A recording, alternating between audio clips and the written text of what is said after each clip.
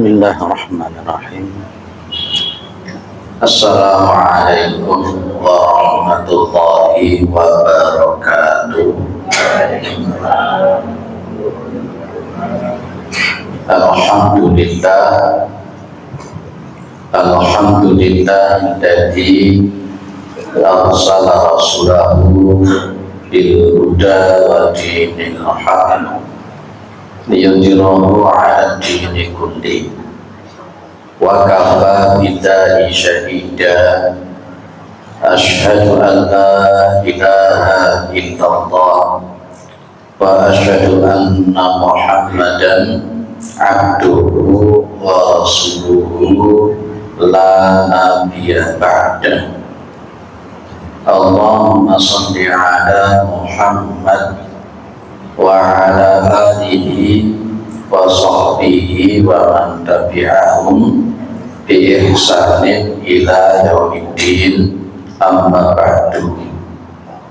Kita bersyukur kepada Allah atas segala nikmat yang diberikan oleh Allah kepada kita semua, terutama sampai pada pagi hari ini kita masih diberi kekuatan iman dan Islam, kita masih diberi kesehatan dan kesempatan sehingga kita bisa melaksanakan kewajiban kita untuk thalabul ilmi, mengkaji agama Allah Subhanahu wa ta'ala.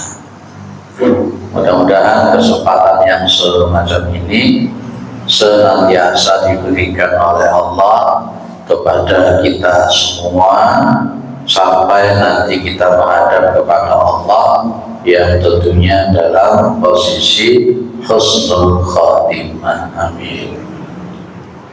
Salawat salam tetap terlimpahkan kepada Rasulullah Muhammad sallallahu alaihi wasallam sebagai khatamul anbiya'i wal mursalin, penutup para nabi dan rasul yang tidak ada nabi lagi sesudah Nabi Muhammad sallallahu alaihi wasallam.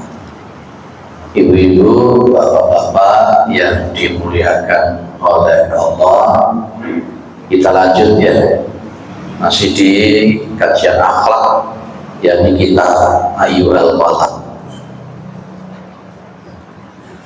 Seseorang yang menempuh perjalanan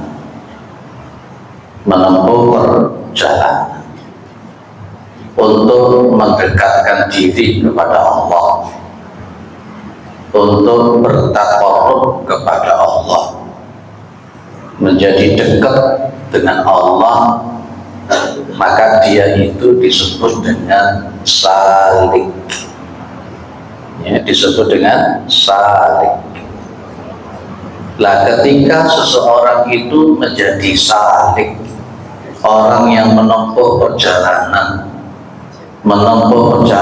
di dalam rangka untuk dekat sama Allah, bertaqarrub kepada Allah, maka dia itu butuh yang namanya pembimbing.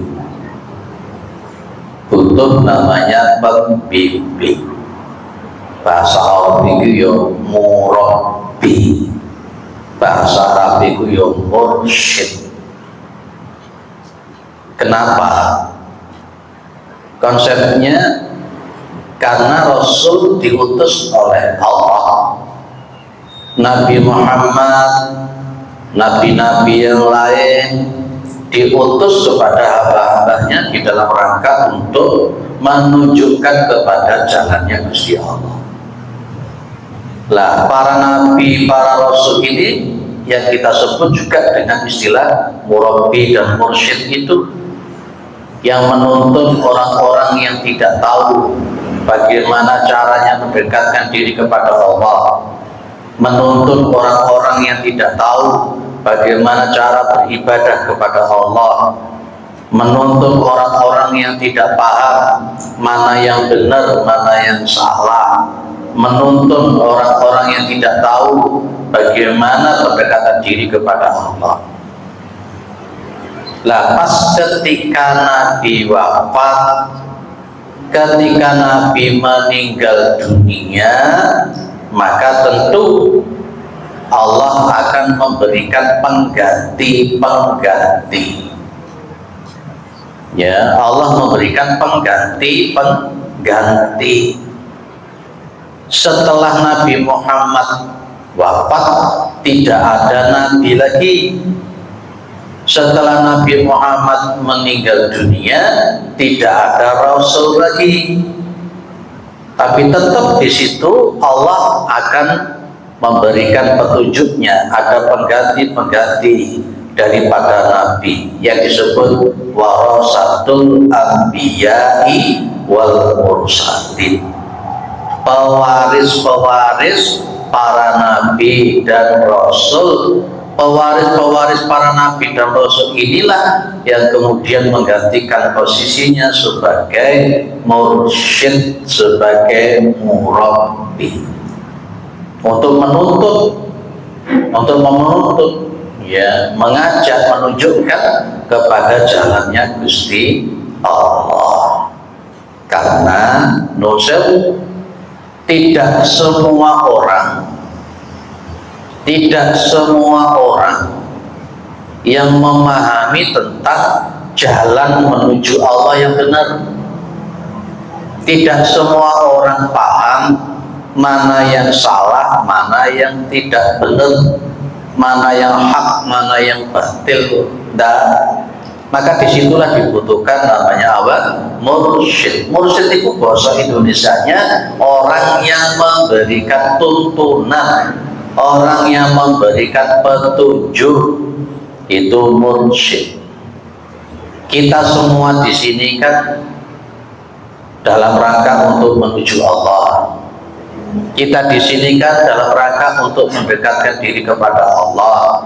Maka kita butuh orang yang memang betul-betul paham tentang hal semacam itu. Baik, nanti di sini Imam Al-Ghazali akan memberikan beberapa syarat. Siapa yang memang betul-betul layak untuk menjadi mursyid yang warasatul anbiya wal mursalin. Nah, di sini dikatakan wa syartus syekh alladzi yasluhu ayyakuna naiban li Rasulillah sallallahu alaihi wasallam ayyakuna aliman la anna kulla alimin yasluhu lahu. Dan syarat seorang syekh yang menjadi penuntun, yang menjadi murabbi, yang menunjukkan kepada hal yang benar, yang baik, kepada jalannya Allah, dia itu pantas menjadi syekh ketika dia menjadi naiban di Rasulullah, penggantinya Nabi Muhammad SAW. Syaratnya apa? Ayyakuna aliman. Iki syarat yang pertama itu, Bapak. Mursyid iku kudu alim, mursyid iku kudu pinter, mursyid itu kudu ngerti. Ngerti apa, Bu? Ya otomatis karena dia itu adalah naibun, pengganti, ya toh, menggantikan. Karena dia adalah warasatul anbiya, pewaris para nabi, maka dia itu syarat mutlak untuk menjadi murabbi, menjadi mursyid. Dia itu harus alim, ngerti, pinter tentang syariat. Kalau ada orang yang gak pinter marno tidak teknik mursyid, tidak tekno penuntun, terus dadi ini jamaah dadi koyo ngopo. Masih ingat ya Bagaimana dulu ada seorang artis katanya punya guru spiritual, akhirnya tambah mudah ada karuan jari ini untuk mentransfer ilmu dong-dongi dijak melakukan hubungan suami istri. Lo lagi ini lah kebacut jenenge. Nabi Muhammad tidak pernah mengajarkan untuk transfer ilmu itu harus tidur jadi suami istri begitu. Dari mana dia? Makanya saja konsepnya menjadi mursyid itu harus pertama aliman, pinter, ngerti terhadap syariat yang sesungguhnya. Ya berarti ya ilmunya dia itu itibak kepada Nabi, melok kanjeng Nabi. Tetapi la annakula alimin yasluhu lahu, tapi tidak semua orang yang dikatakan pinter, tidak semua orang yang dianggap pinter itu pantas menjadi mursyid. Didelok sih pinter-pinter piye. Kadangkala mun sewu mondok mek 3 tahun maca Quran ya sing pletat-pletot gitu, tapi wis pinter lek ngimami acara-acara, pinter lek gawe sambutan. Ya babakan fikih ya paling banter mek Safinatul Najat tok. Ngono ku diceluk kiai. Yo repot to model ngene iki, Pak. Repot model ngene iki. Dong-dongnya berkenaan dengan masalah problem, bahasa Arab juga ngerti, ilmu tafsir yo ora weruh, ulumul hadis yo gak paham, usul fikih apa maneh, fikih ikhtilaf apa lagi. Terus pokoknya pinter, mohon maaf kate nyebut kok gak penak ya. Pokoknya pinter-pinter dungo, terus langsung diceluk kiai. Pinter sambutan, ngono diceluk kiai, wajur. Maka mohon maaf di sini Imam Al-Ghazali ketat ya.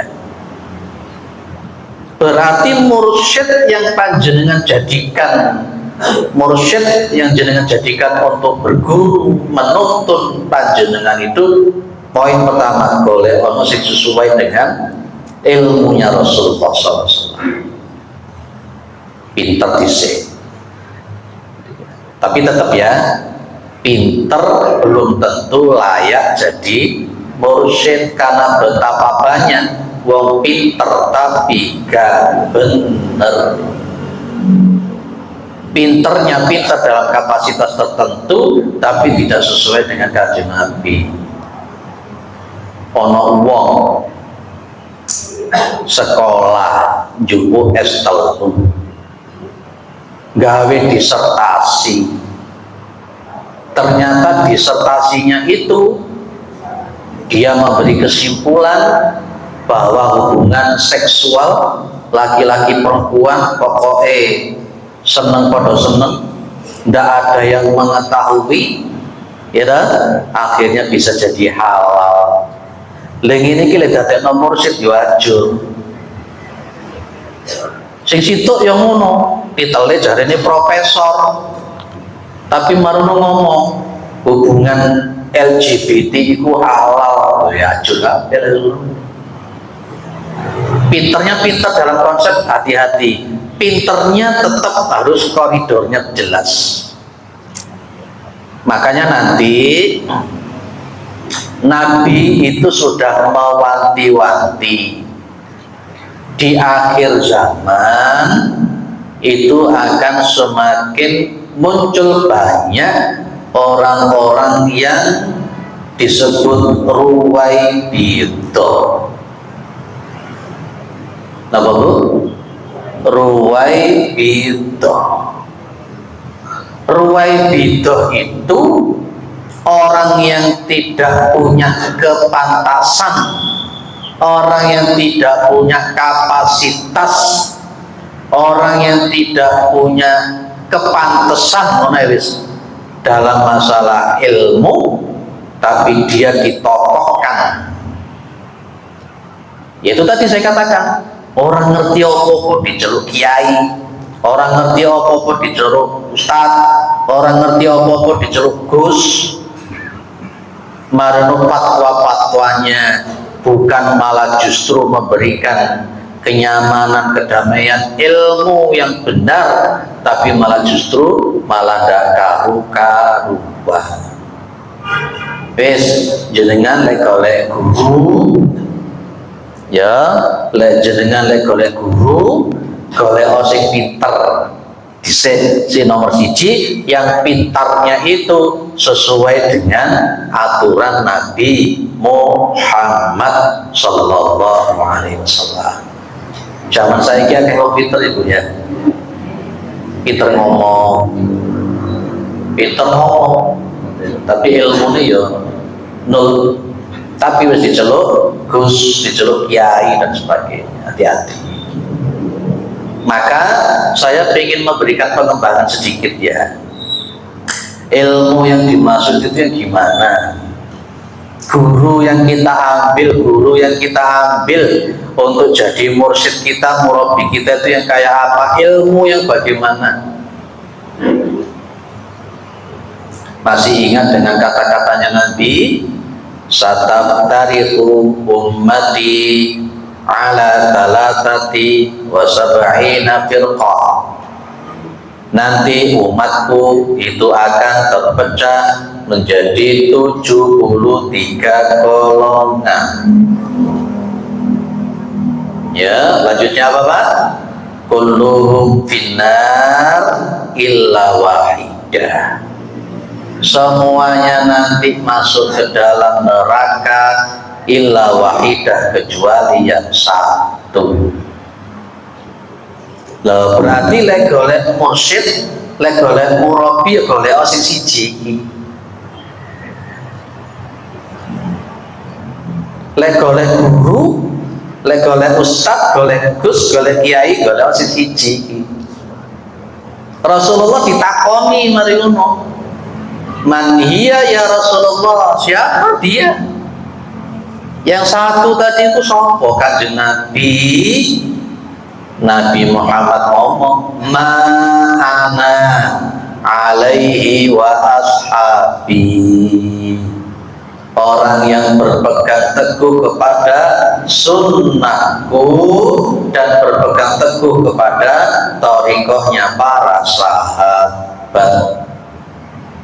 Jadi golek ono guru sing alim itu yang mengerti tentang sunnahnya Nabi, yang mengikuti sunnahnya Nabi, yang mengikuti thariqahnya para sahabat. Itu patokan. Jadi Bapak Ibu, patokane iku dudu perasaan. Sepakat ya? Patokan hukum agama itu bukan perasaan. Patokannya hukum agama itu bukan mayoritas. Patokan agama itu bukan sungkan. Tapi patokan agama itu siapa tadi? Rasulullah ma'ana alaihi wasallam. Goleklah, carilah kiai yang menuntun kepada sunnahnya Nabi. Sunnah yang gimana? Ya sunnah yang memang betul-betul benar sunnah. Nun sewu ya. Ada sesuatu yang bukan sunnah tapi dianggap sunnah. Ada sesuatu yang bukan wajib dianggap wajib. Ini sing rusak Pak. Kita harus berani menyatakan ini bukan sunnah, ini sunnah, ini bukan wajib, ini wajib. Itu etika, itu akhlak. Non sewu, akhlak kita itu adalah tidak menduakan Allah, ya, tidak mendahului Rasulullah SAW. Itu akhlak dalam konsep tauhid. Yang berhak untuk membuat syariat itu ya Allah, ya dan juga Allah mengizinkan kanjeng Nabi itu melalui syariat Al-Quran dan sunnah Nabi. Berarti yang punya kapasitas ngatur syariat itu ya Allah kemudian Allah mengizinkan kepada Rasul.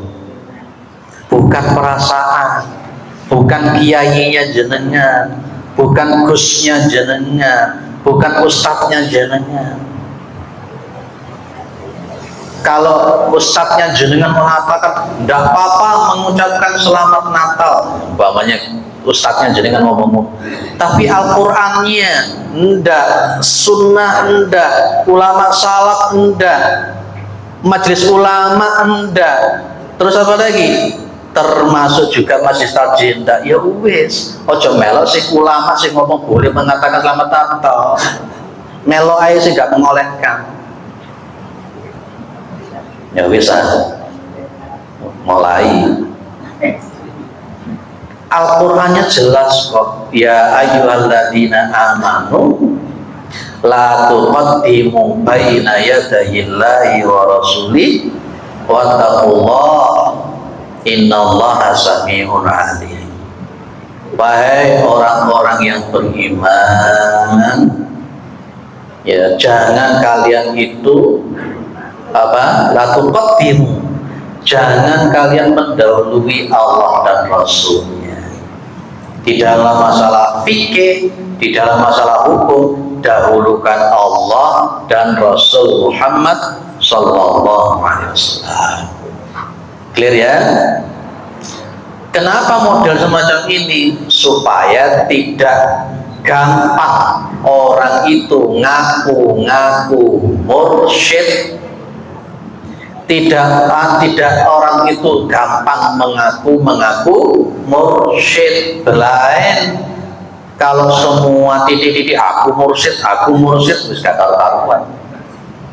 Hancur. Aku ustadz, aku kiai, aku ulama, hancur. Jadi poin pertama syaratnya apa, Bu? Pak? Alim, pinter, sesuai itibah kepada Rasulullah Muhammad SAW. Tidak semua orang pinter layak untuk diambil sebagai mursyid. Ono sing takon lek ngono saya boleh toh untuk memilih-milih pemateri pengajian. Ayo jawabannya apa jenengan?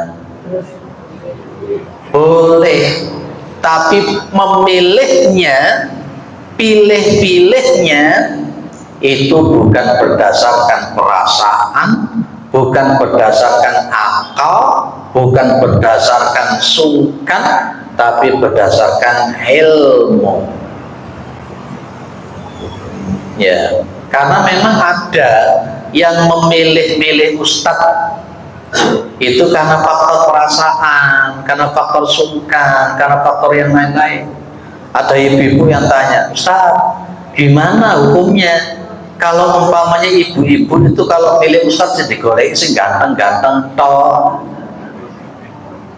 Wah, iki tak jawab lalu lah, kalau memilih ustadz sing ganteng-ganteng toh lah di mana letak suaminya di rumah? Goleki ustadz sing ganteng-ganteng toh. Lele ganteng tapi sesat mau apa? Ganteng malah ada karu-karuan. Ibu-ibu golek sing piye? Ya apa sing ganteng ngono ndak? Oh ndak ya. Lain. Jadi memilih dalam konsep saya katakan boleh. Kita memilah ustadz, kiai, pemateri boleh berdasarkan kapasitas ilmu, bukan karena faktor yang lain-lain. Ada juga loh yang memilih ustadz itu karena faktor fanatisme kelompok. Wah, dia duduk kelompokku, mau aku, nah itu yang susah. Lek duduk kelompoknya gak gelem teko ngaji. Akhirnya kan ngono, eksklusif akhirnya. Bukan begitu. Ingat ya, memilih mursyid, memilih guru itu berdasarkan ilmu. Para jamaah yang dimuliakan oleh Allah. Apalagi ini Imam Al-Ghazali memberikan syarat kembali yang kedua.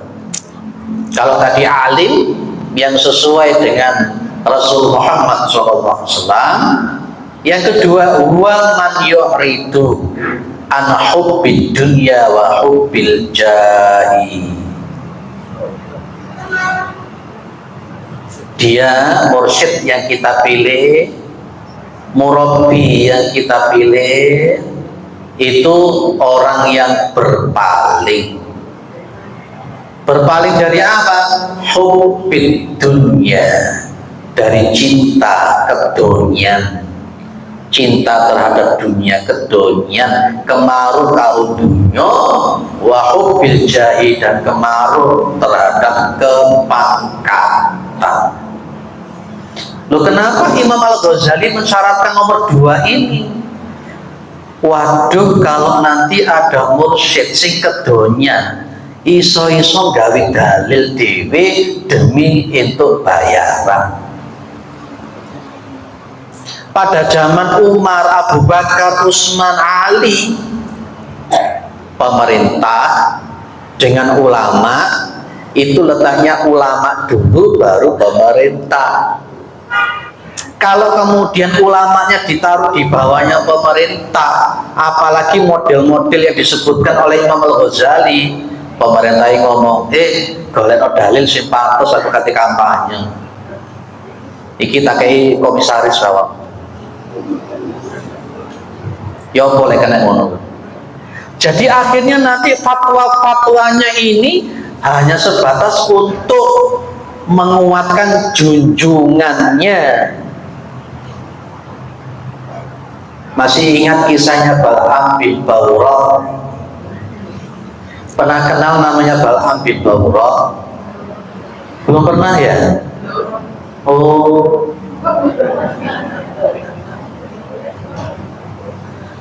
Bal'am bin Ba'urah itu muridnya Nabi Musa. Bal'am bin Ba'urah itu orangnya pinter, wis pinternya. Dia hafal kitab Taurat, hafal isinya juga, dan orang-orang Bani Israel itu belajarnya ke Bal'am bin Ba'urah. Kalau Nabi Musa, Nabi Harun ilmunya disejajarkan dengan Nabi dan Rasul. Doanya Bal'am bin Ba'urah itu selalu dikabulkan oleh Allah di Bal'am bin Ba'urah. Suatu saat Nabi Musa mengutus Bal'am bin Ba'urah ini berdakwah, dikirim ke sebuah negeri yang kebetulan pemimpinnya sugih, tidak karu-karuan, makmur, rakyatnya juga makmur. Nah, Bal'am bin Ba'urah, jenengan tahu pasti endingnya kan? Bal'am bin Ba'urah dikai duit jebret, Bal'am bin Ba'urah dikai pangkat jebret, Bal'am bin Ba'urah dikai duit jebret, ya kan? Bal'am bin Ba'urah dikai wedok jebret. Yang dilakukan Bal'am bin Ba'urah apa akhirnya? Doanya yang manjur tadi digunakan untuk menghancurkan Nabi Musa, gurunya sendiri. Ilmunya yang hebat tadi digunakan untuk mengkhianati gurunya sendiri, hanya gara-gara duit, gara-gara pangkat, gara-gara jabatan, gara-gara wong wedok, harta tahta wanita. Bal'am bin Ba'urah jadi kafir. Pas ketika dia mendoakan Nabi Musa, mendoakan kehancuran Nabi Musa, wahai Allah, hancurkan Musa. Oleh Allah lidahnya dipelintir, berubah menjadi hancurkan Bal'am bin Ba'urah. Hancur mati dalam posisi kafir. Repot lek jenengan duwe mursyid kedonya. Awakmu lek pengen ilmu mahar 1 miliar mulai jenengan. Ya benar ya Pak ya. Kita kayak ilmu sampe ini mahari 1 juta. Iki jenenge mursyid sing ora genah. Kalau mursyid yang benar yang disampaikan oleh Imam Al-Ghazali dia bukan orang yang kedunya, bukan orang yang kedunya, bukan orang yang kemarut dunia, bukan orang yang kemarut jabatan. Itu para jamaah yang dimuliakan oleh Allah. Coba tengok, itu namanya Ahmad bin Hanbal. Dia rela, dia itu dipaksa oleh pemerintah untuk memberikan fatwa bahwa Al-Quran itu makhluk. Dia berani tidak mau mengatakan, dia lebih memilih dipenjara. Makanya benar Imam Syafi'i itu bilang, ikuti ulama-ulama yang dibenci oleh orang-orang kafir. Clear ya Pak? Ini yang hobi dunia wa hobi jahil ini rusopo ini. Wa kana qataba ali syaksin basirin, dan dia sungguh mengikuti seseorang basirin yang punya mata hati, mata batin yang jelas. Yatasalsalu mutaba'atu ila sayyidil mursalin sallallahu alaihi wasallam, yang bersambung mengikutinya sanadnya kepada Rasulullah Muhammad SAW. Bisa takoni kan jenengan, Nabi Muhammad itu sugih apa melarat toh? Sugih kan? Nabi Muhammad itu pol sugih. Sekali korban itu berapa Bu? 100 ekor unta. Sekali korban Nabi itu 100 ekor unta. Hitung gue satu onta harganya dibuat aja 20 juta. Mungkin sampai 50 juta kalau zaman sekarang. 50 juta ping satu segi piro? 5 M. Nabi kalau korban tidak tanggung-tanggung 5 M. Menikah dengan Ibu Khadijah maharnya berapa? Perang Badar beliau mendapatkan 2.000 keping uang dinar. Satu keping uang dinar katakanlah kita buat saja 4 gram. Kalau 1 gram kita buat saja 1 juta. Satu keping harga 4 juta. 4 juta kali 1.000, 4 miliar itu duitnya Nabi. Tapi Nabi lebih memilih apa? Rumahnya Yus Monokui. Andai kata beliau mau, beliau bisa tidur dengan empuk seperti raja-raja Romawi pada zaman itu. Nabi lebih memilih tidur dengan pelepah kurma sampai gegeregi. Nabi lebih memilih hidup sederhana, orang kedonyan Kanjeng Nabi itu. Itulah kenapa Imam Al-Ghazali mensyaratkan mursyid itu bukan orang yang kedonyan. Nanti kalau mursyid itu kedonyan tidak karu-karuan. Contoh, duduk mursyid, kita bicara bukan mursyid ya. Kita bicara guru di sekolahan. Lai guru ini di sekolah kedonyan piye? Ayo, kira-kira barokah ono ora? Oh, bayaran mek dia lah aku ngajar moyo-moyo nah kan. Lai model guru ini ngono kabeh. Wah, gak karu-karuan. Bayaranku mek titik saulang mek piro lampu kok ngoyo-ngoyo. Nah, jadi itu konsepnya keikhlasan yang dimunculkan oleh Imam Al-Ghazali. Bukan yang dipandang dunia itu, bukan yang dipandang itu adalah pangkatnya. Berarti lah duwe guru jenengan, duwe mubalik panjenengan, duwe kiai panjenengan, dia adalah orang-orang yang memang betul-betul karena Allah Subhanahu wa taala. Lagi ngisi pengajian dari korona amplop wae hancur. Ada ketika dulu pernah saya ceritakan di sini ya Pak ya. Dia sudah diplot di masjid A, masjid cilik biasa. Terus kemudian dia sudah deal. Kemudian dia dihubungi di masjid yang gede, di masjid yang gede. Akhirnya dia itu nelpon ke masjid yang pertama tadi. Katanya akan keluar kota. Yang menarik begitu hari hanya dia ternyata khutbah di masjid gede tadi. Laka oleh Gusti Allah kok pas salah satu pengurus dari masjid kecil tadi ikut Jumatan di masjid gede.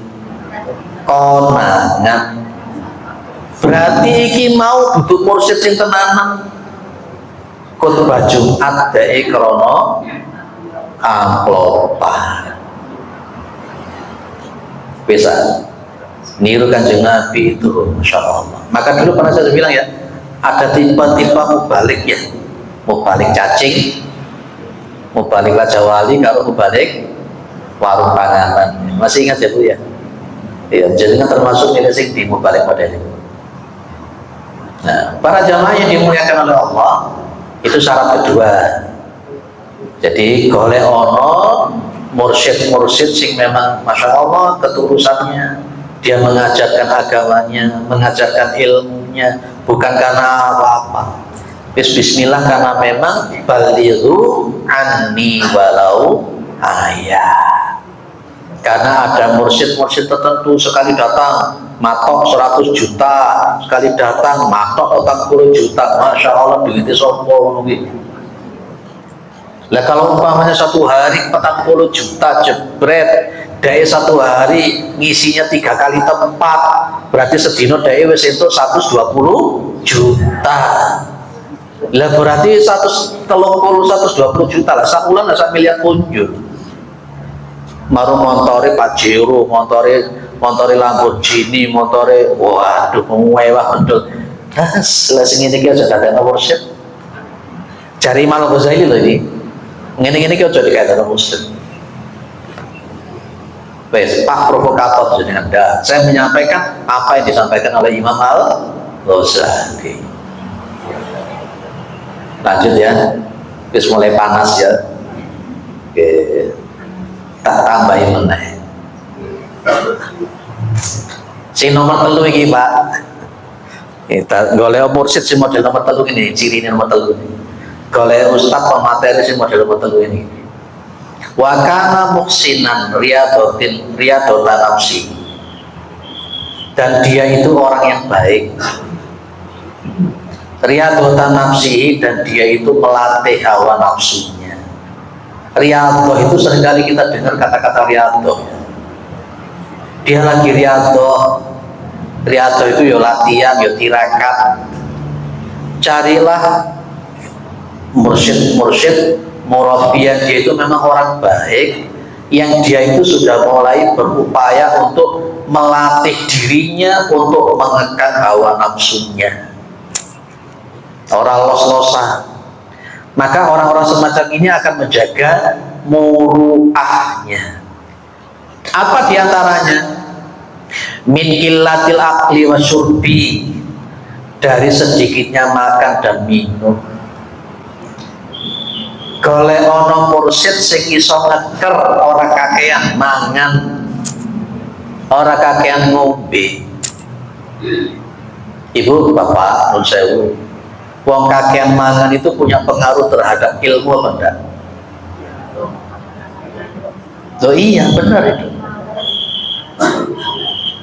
Wong lek senengane wareg. Uang lek kakek mangan berarti nida diatos, itu dikatakan oleh Nabi.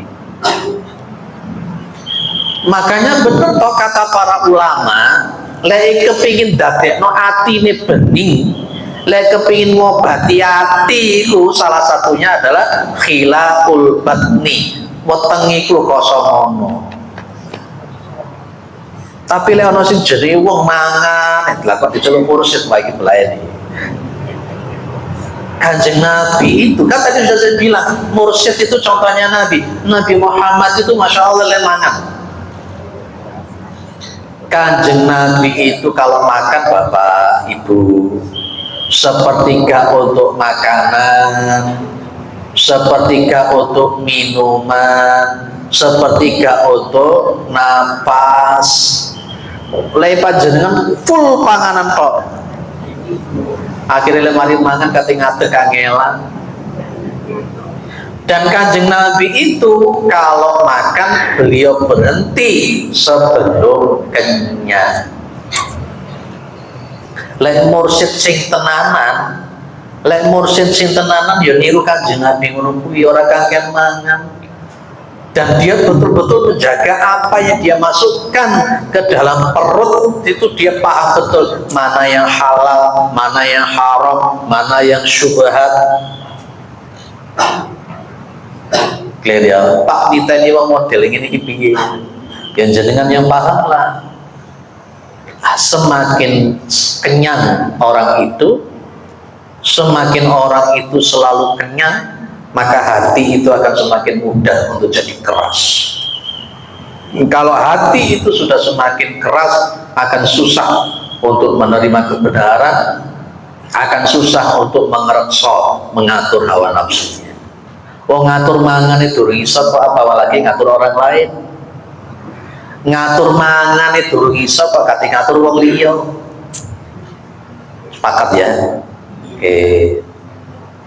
Lanjut. Lalu mana? Ini kan hubungannya juga dengan konsep yang tadi itu nomor 2. Lek seneng dunia itu sudah pikir pokoknya aku ngajar, pokoknya aku ngaji, yang penting aku itu duit, maru itu duit ya wis lah. Gak mikir ya apa umat, gak mikir ya apa jamaah. Iku jenenge mau balik raja wali. Jenenge raja wali iku gak gelem mudhun lek gak ono panganan. Begitu entuk panganan jebret munggah wis. Bah jamaah api apa ndak seperti dhek entuk amplopah. Akhirnya barokahnya ilmu tercabut. Jenenge le ana guru ning sekolahan sing dipikir mek dhuwit tok, delok barokah ilmu yang ditransfernya ke anak-anaknya itu. Ono ndak barokah ndak?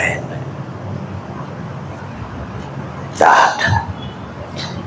Dulu ada ya bojone ya pegawai negeri, sing wedok ya pegawai negeri. Tapi lek pengin sik dodolan ning ngarepe stasiun baru kok. Dodolan sego. Padha-padha pegawai negeri ini gak cukup duwite, omah ya ora duwe.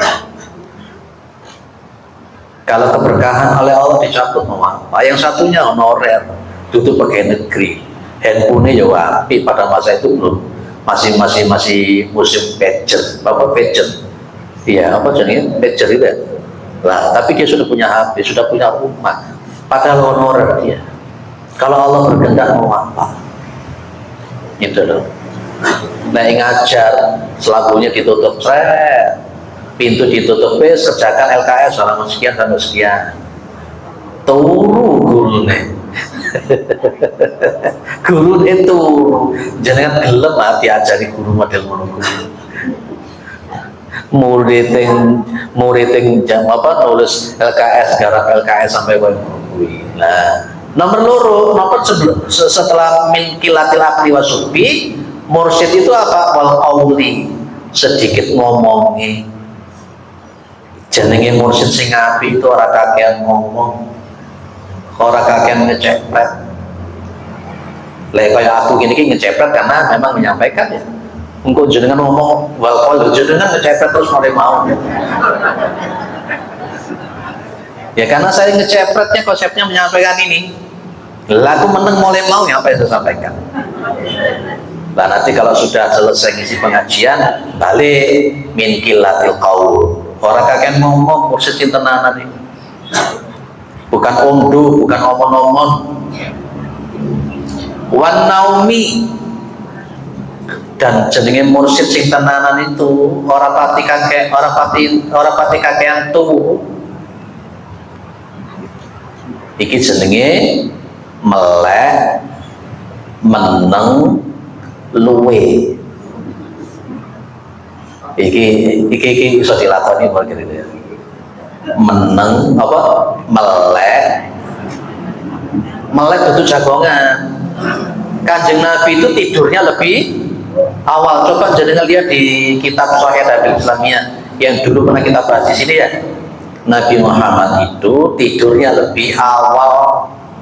Nanti bangunnya sepertiga malam akhir. Beliau sholat tahajud dan berzikir sampai waktu subuh. Lek jenenge mursyid sing tenanan melek terus meneng terus luwe. Insya Allah jenengan juga sudah begitu tak? Nah, Lah mursyid yang bener di samping yo meneng melek luwe juga dia itu wakat roti sholati wa sodakoti wa saum, dia itu banyak sholat, banyak sodako, banyak berpuasa. Jadi tenanan bisa dicontoh. Yang dicontoh seperti ini siapa? Kanjeng Nabi tadi di awal tadi. Kanjeng Nabi itu sedikit makan, Kanjeng Nabi itu sedikit ngomong, Kanjeng Nabi itu sedikit tidur. Maka kita ini memang Masya Allah, kita sama Nabi bedanya sedikit. Kita sama Nabi itu bedanya sedikit. Kalau Nabi itu sedikit bicara, kalau kita ya sedikit-sedikit bicara, sedikit-sedikit ngomong, sedikit-sedikit ngecepret. Kalau Nabi Muhammad itu sedikit makan, kalau kita ini ya sedikit-sedikit makan, sedikit-sedikit makan. Gaya nih, kayak mama dia. Oh ngaji kadang tak dulu ya masih kecapan. Kau nanti gini ya, kadang. Kemarin-kemarin masih ada kecapan-kecapan. Kalau Nabi Muhammad itu sedikit tidur, kalau kita ini sedikit-sedikit tidur. Basiki mursyid. Nah, pira bisa tuh, pira telu ya kan? Siji alim, pintar, nomor loro gak kedonyan, ya, gak kemaruk dunia. Si nomor telu orang baik, mampu menahan hawa nafsunya, dia bisa melek, dia bisa meneng, dia bisa apa mangluwe, nah dia bisa banyak sholatnya, sodakonya dan sebagainya. Nah ini tatapan yang nomor 4. Kita akan bicara sedikit tentang akhlak-akhlak semacam ini. Ya, tentang yang nomor 4 ini juga termasuk contoh yang itu semuanya dilakukan oleh Rasulullah Muhammad SAW. Sebelum lanjut, mungkin ada yang perlu didiskusikan dulu 1 sampai 3 dulu. Kayak yang unek-unek depan nih, monggo silakan. Lekano tak lanjut nih.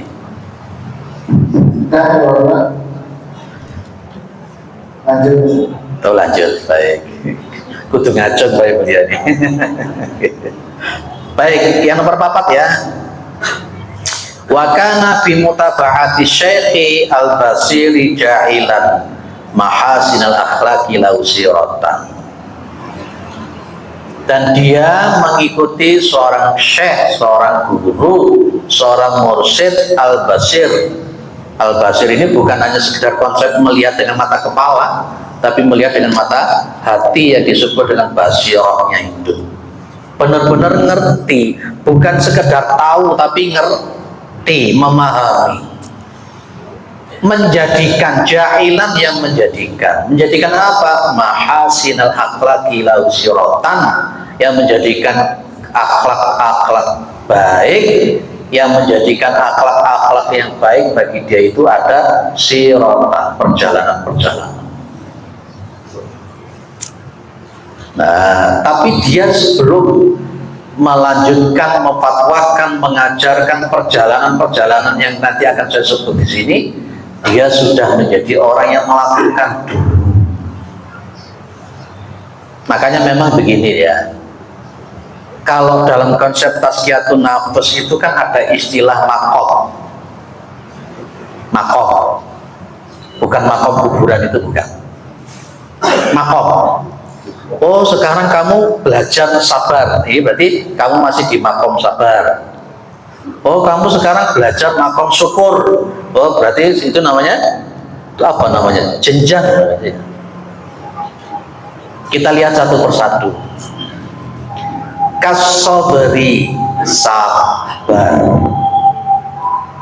Oh golek guru itu sing sabar. Lek ketemu guru sing muring-muringan, emosian. Iya, Kanjeng Nabi itu orangnya sabar kok muring-muringan. Sabar total Nabi itu, Masya Allah, Nabi Muhammad. Ini makom yang penting yang pertama. Lek kepingin cedek karo Gusti Allah, latihan sabar dhisik. Sabar dalam hal apa, Bu? Kita bicara dulu sabar di sini. Masuk kajian akhlaknya di sini. Sabar dalam hal apa? Sabar dalam hal apa, Bu? Sabar itu kan kalau menuruti ulama, satu, sabar di dalam melakukan perintah. Ini sabar sing angel toh. Dikongkon sholat sabar, dikongkon poso sabar. Paling poin pertama itu sabar dalam melakukan perintah dulu. Kadangkala kita untuk satu poin ini kita butuh latihan sekian. Jenenge sholat itu leka sabar, yang terjadi apa? Senengane nunda-nunda, mundur-mundur. Lepas ngelakoni sholat kepingin dan cepat mari. Lek ngaji ini ki gak sabar piye? Ngaji ini kesuwen gak mari-mari. Memang poin sabar ini yang didahulukan menurut saya dalam konsep itu. Sabar di dalam melakukan perintah, baru sabar di dalam meninggalkan larangan-larangan.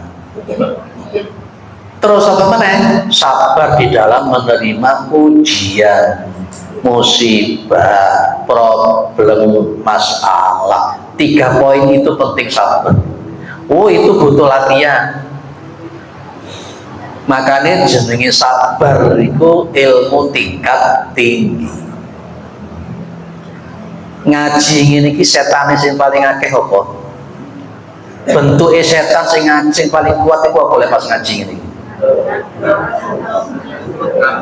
Ngantuk apa meneh? Apa? Enggak lewis logo nang kene iki lho. Setan sing paling kuat sing ganggu ngaji ki apa?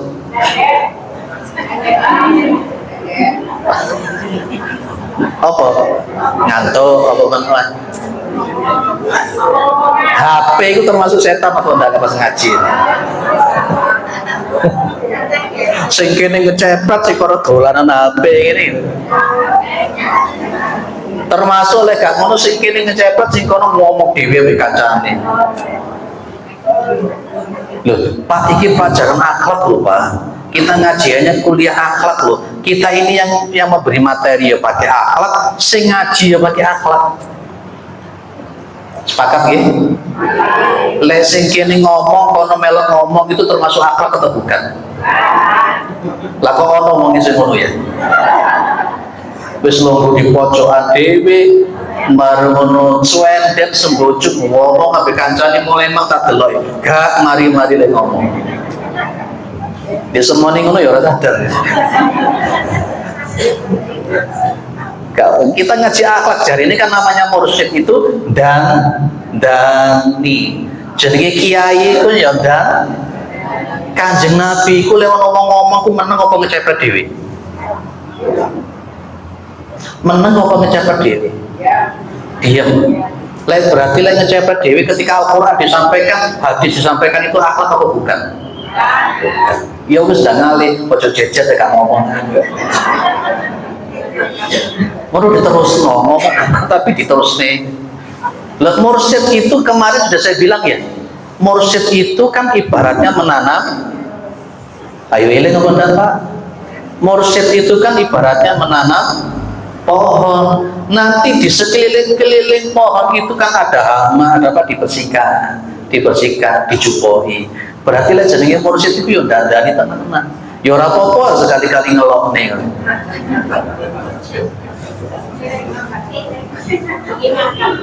Melingno ya, dielingno kata ki ora eling kan.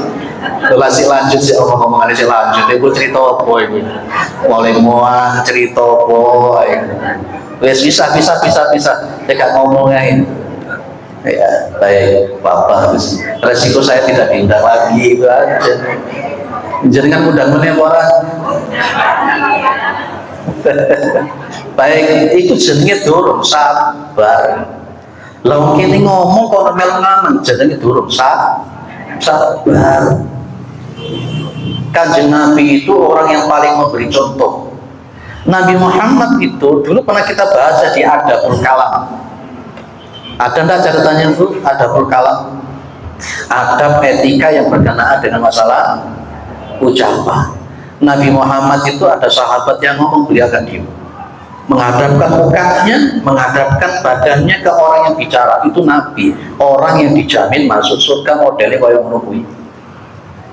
Lah kene iku lho, dijamin masuk surga ya ora. Ono ngomong ya ora diajeni. Ora boleh aku udah mengandani. Kasobar itu sabar menjalankan perintah. Perintah itu banyak, bersifat vertikal ataupun bersifat horizontal. Perintah sabar meninggalkan larangan, dan yang ketiga sabar ketika menerima ujian. Namanya al-ahkam asyariyah dan al-ahkam al-qadariyah. Ayo belajar sabar. Maka bunyinya ya ayyuhalladzina amanu sta'inu bis-sabri was-shalah. Ingat belakangnya, innallaha ma'as. Apal padahal. Apal jenengan itu. Sesungguhnya Allah itu bersama orang-orang yang sabar. Makanya memang makom pertama yang dilatih untuk belajar akhlak itu ya sabar. Sabar meneng sih. Jenenge mang meneng luwe meleh. Ojo sampai kene ngaji jenengan turu. Iku barang ya ora duwe adab jenenge. Ya, baik. Waduh, radikal. Makom sabar. Sing abot itu sabar pertama, kedua atau ketiga? Oh, tiga-tiganya abot. Masya Allah. Berarti tiap hari ngerundeng Rasulullah. Enggak ya? Enggak, insya Allah. Baik. Bu, tak tambahin begini, tanya saya. Kalau umpamanya mendapatkan sesuatu yang tidak enak, kok jenengan mengeluh dan ngerundel itu dosa ora? Berdosa ya? Berdosa apa enggak? Lah berdosa kecil apa besar? Wih, kecil. Saya gini loh. Jadi kan nanti saya yakin nanti berubah jawabannya nanti. Jadi kan tidak mengatakan lagi kecil nanti. Allah itu tidak pernah salah ya. Allah itu tidak pernah keliru. Ketika panjenengan gerundel dan mengeluh secara isyarat, tidak langsung jenengan menyalahkan Allah. Menyalahkan Allah itu berarti dosa. Loh, berubah. Ketika kita mengeluh itu pada dasarnya kita itu menyalahkan Allah yang memberikan ketentuan itu.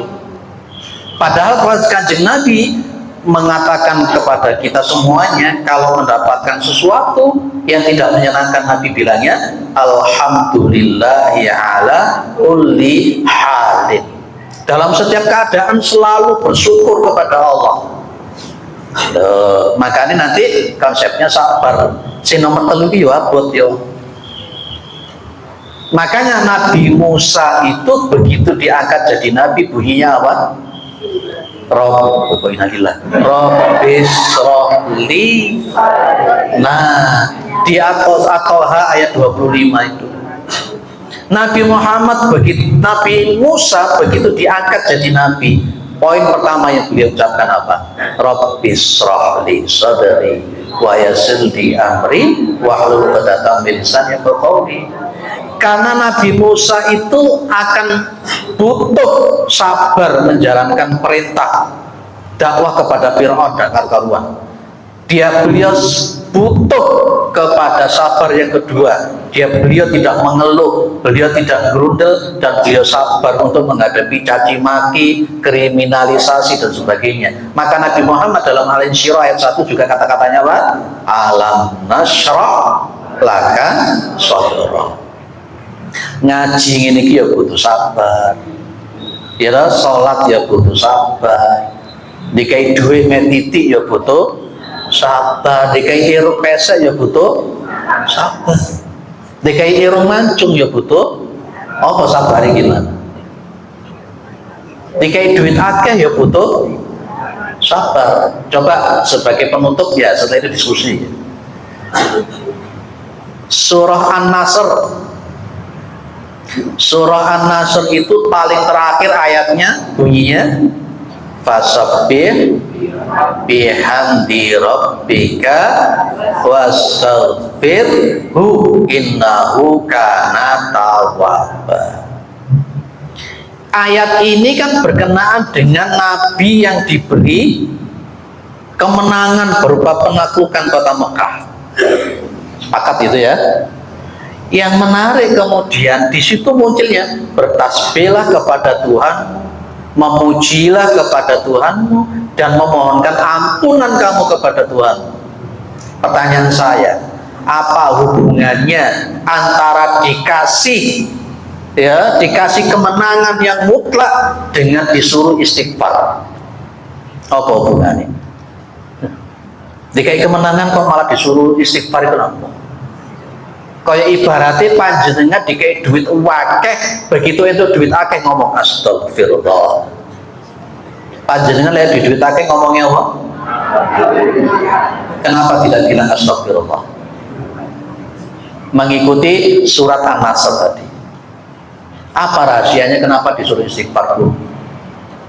Ini kita bicara sabar ya.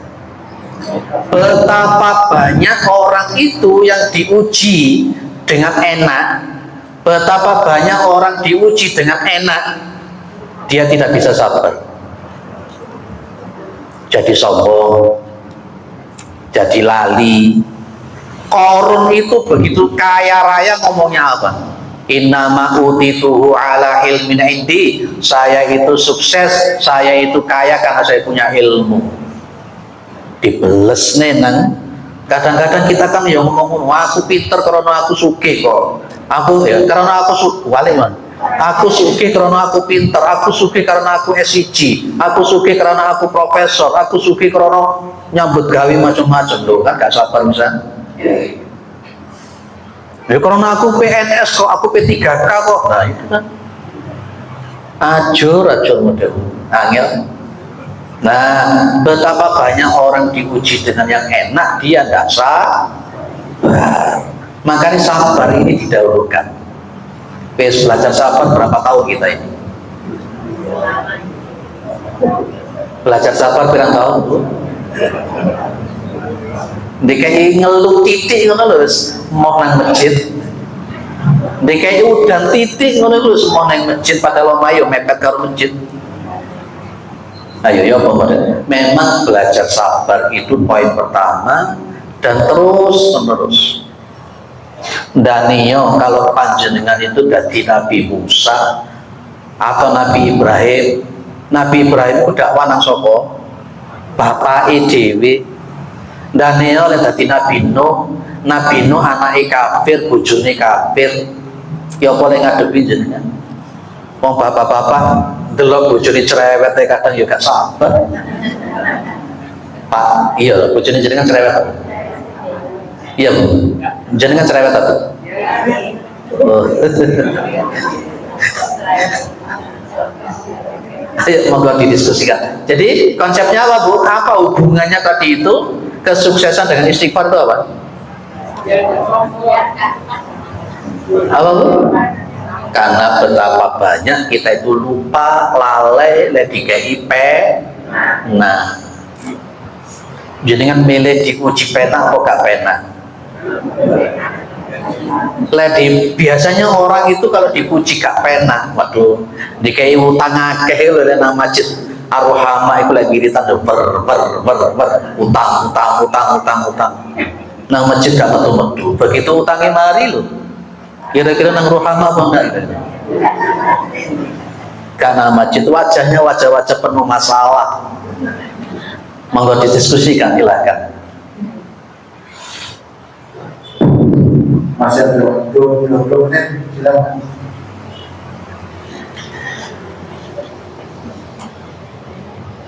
Assalamualaikum warahmatullahi wabarakatuh.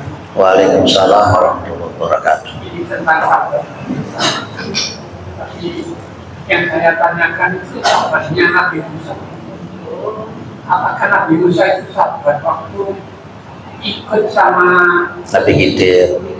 iya, untuk tak koneksi sahabat. Akhirnya dipecat. Oke, terus pertanyaannya? Itu, apakah Nabi Musa itu sabar atau tidak? Baik. Yang kedua adalah tentang kekayaan Rasul, ya, yang waktu itu nggak terhingga, tapi realisa hidupnya itu miskin. Waktu saya entah di sini berada hari raya itu sama istrinya Fatimah di rumah itu nggak nyaman. Putrinya minta ada makanan apa di sini. Kalau dia bilang, saya ini suka menikmati kelaparan. Juga doanya yang seperti itu kan. Soalnya saya baca artikel itu.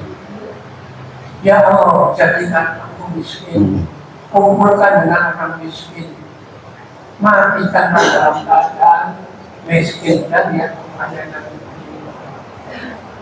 cukup besar. Baik, nggih. Nabi Musa itu apa ya sabar. Beliau ini kita juga harus garis bawah ya. Nabi juga manusia, Rasul juga manusia. Tapi yang menarik kalau Nabi dan Rasul beda sama kita. Begitu beliau nggak sabar langsung ditegur, nggak sabar ditegur, nggak sabar ditegur. Akhirnya menjadi paripurna untuk jadi sabar. Kalau kita sopo sing tegur. Bedanya Nabi dan Rasul. Jadi jangan sampai, mohon maaf, keliru untuk mengambil patokan. Engkau akhirnya gini, oh Nabi Musa kayak so sabar apa maneh aku. Bukan begitu cara memahaminya.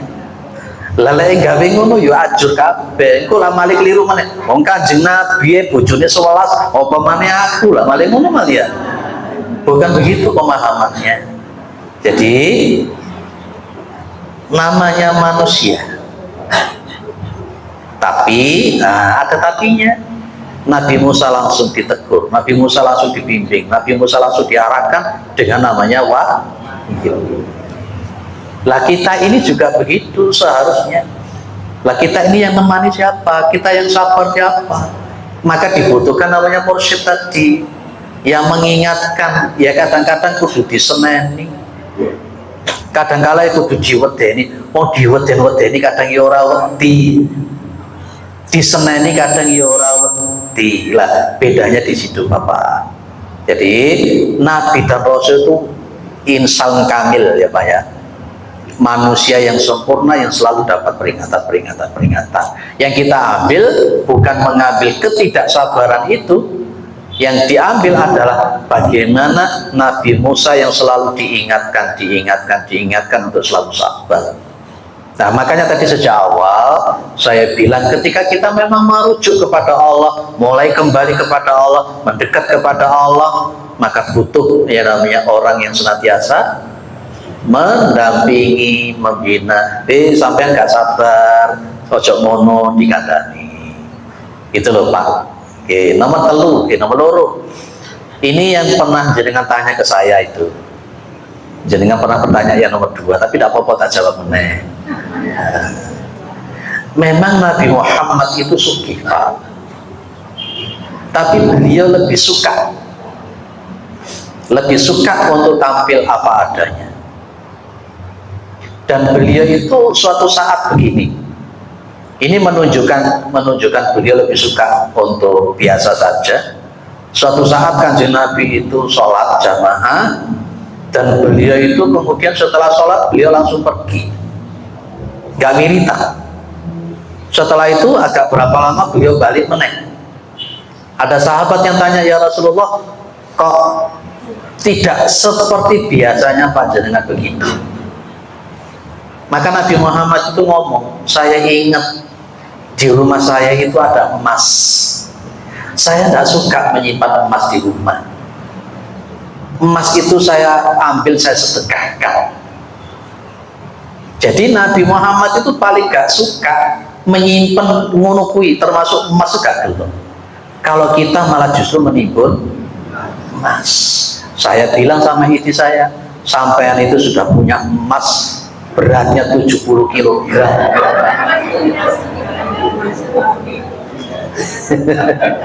Emasnya sudah emas produktif. Gitu. Tak bilangin, oh sama pakai hijab. Katanya gawe kalung, kalau mau aku yura ketok kalungnya. Katanya gawe pinggel, gawe kaos kaki yura ketok. Wis salah, sudahlah 70 kg masih sampai disyukuri.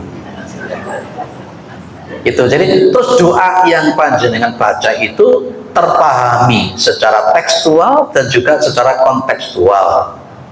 Secara tekstual memang jelas, Allahumma ahyini miskinan wa amitni miskinan wahsyurni fi zumratil masakin. Itu doanya Nabi. Berani tidak jenengan berdoa pakai doa ini? Oh sudah ya.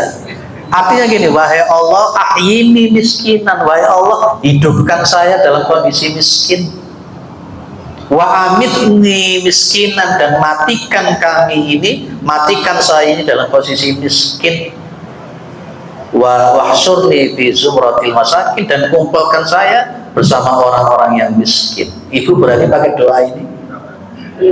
Ketap ketip secara kontekstual yang dipahami oleh para ulama, miskinan di sini itu artinya ayat tawaduan. Ya tawadu. Memang ada yang memahami tekstual, ada yang memahami konteks, tapi memang realitanya Kanjeng Nabi lebih suka melarat, lebih suka miskin. Andai kata beliau mau namanya onta merah yang harganya mahal sekali bisa, tapi beliau tidak mau. Tidak mau. Dan beliau ditawari oleh Allah. Beliau ditawari oleh Allah. Beliau lebih suka model ngono kuwi.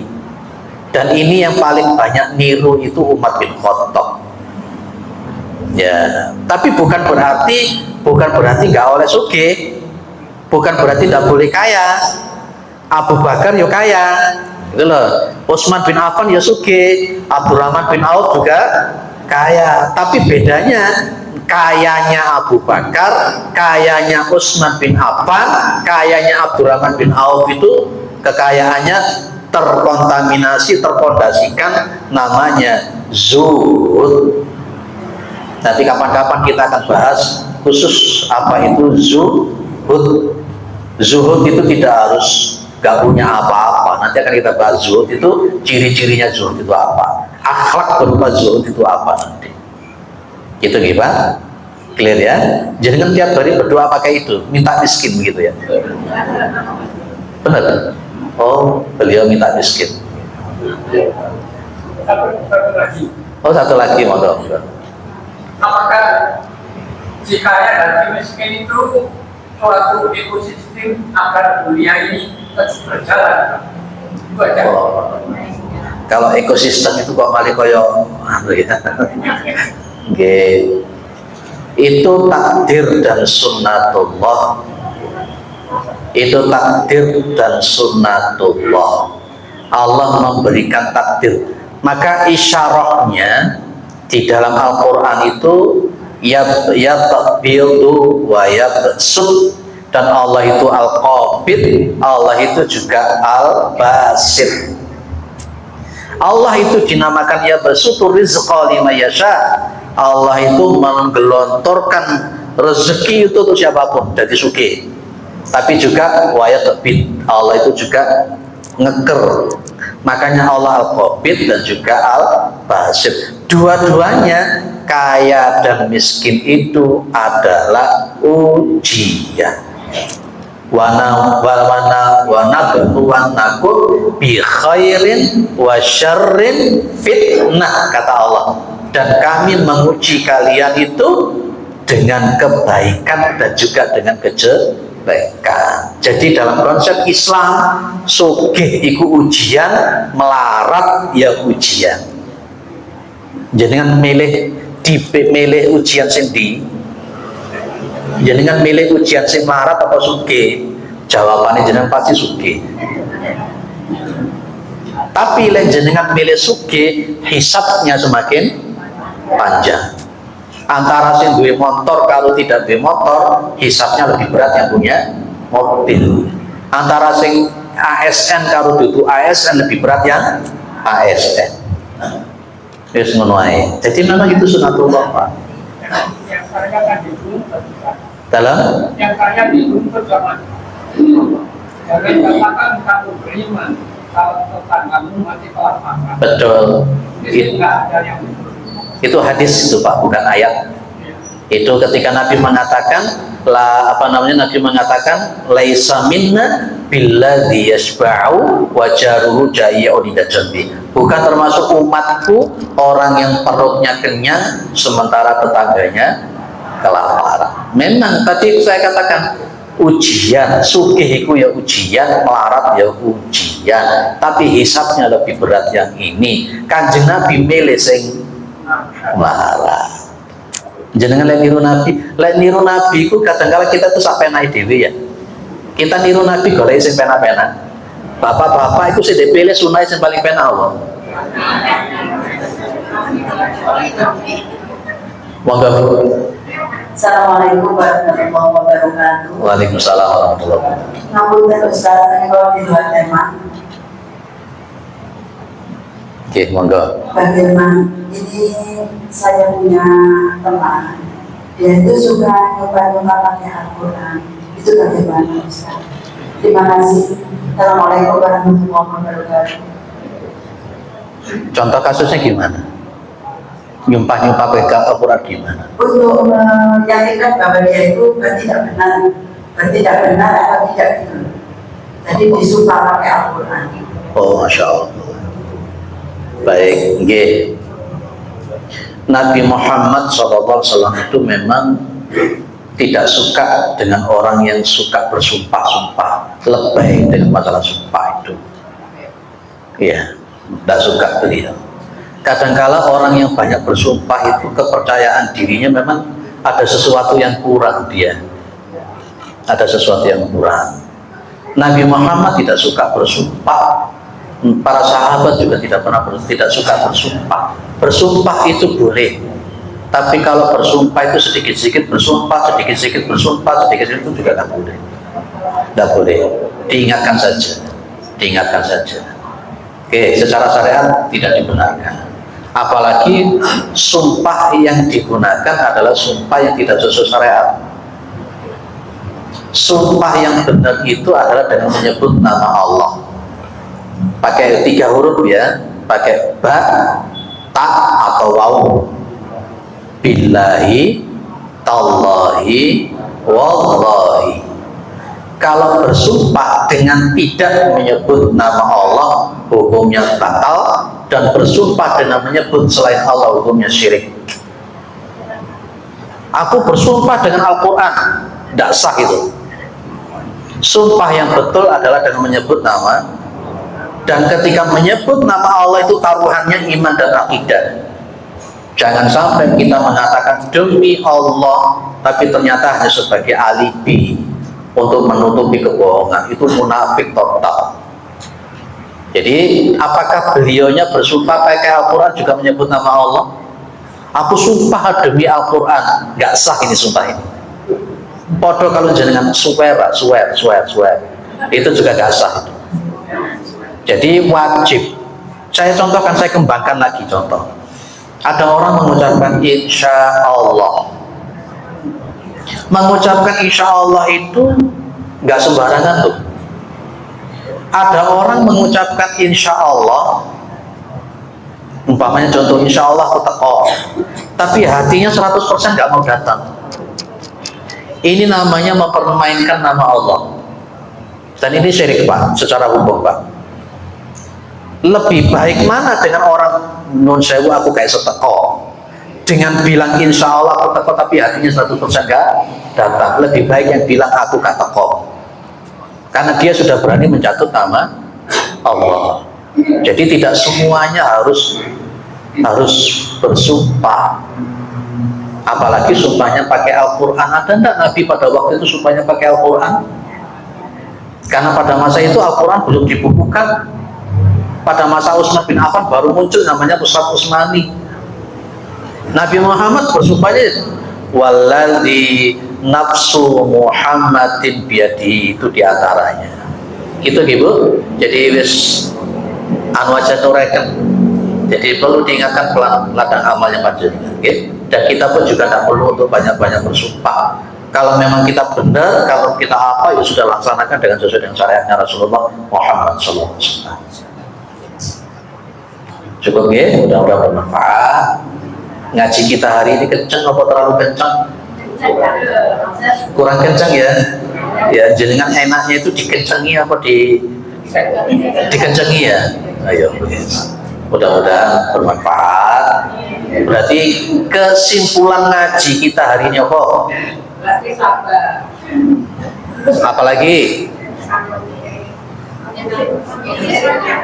memilih mursyid, memilih pemateri, memilih yang membimbing kita itu satu sing pinter, sing nomor loro apa tadi, orang kedonyan ya, sing nomor telu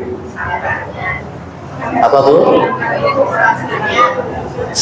Mampu menekan hawa, orang turuan, orang manganan, orang ngecepretan. Nomor 4 berupaya untuk mendandani. Di antaranya tadi pertama sabar. Yes, boleh takon ngaji apa Mang? Sabar. Oke, mudah-mudahan bermanfaat, mudah-mudahan husnul khatimah. Mudah-mudahan masuk dalam surganya Allah. Subhanakallahumma wa bihamdika asyhadu an la ilaha illa anta astaghfiruka wa atubu ilaik. Assalamualaikum warahmatullahi wabarakatuh.